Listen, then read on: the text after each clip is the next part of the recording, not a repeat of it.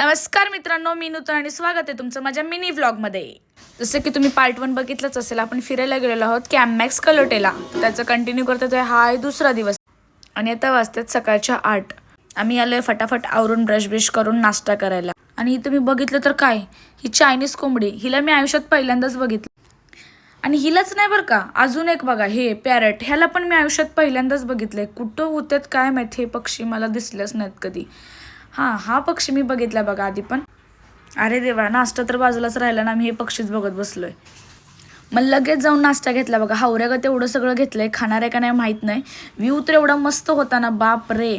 त्या व्ह्यूच्या नादात मी नाश्ता कधी संपवला मला काही कळलंच नाही. सगळा खाल्ला बरं का.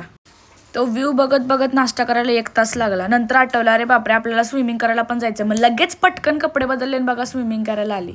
स्विमिंग काय म्हणते, स्विमिंग करणं नव्हतं, हे नदीमध्ये पडल्यासारखं होतं. वरनं आपल्याला पोवायला काही येत नाही.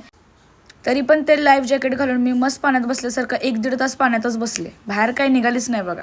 कारण की ते लाईफ जॅकेट घालून मला लय भारी वाटत होतं. पाण्याच्या बाहेर येऊन समजलं, अरे आपलं तर चेकआउट होतं, सगळे निघून गेले, फक्त आम्हीच राहिलेलो चेकआउट करायचं. मग काय, लगेच कपडे बदलले आणि निघालो आम्ही. मग काय, घरी आल्याने झोपली. तुम्हाला व्हिडिओ आवडला लाईक करा.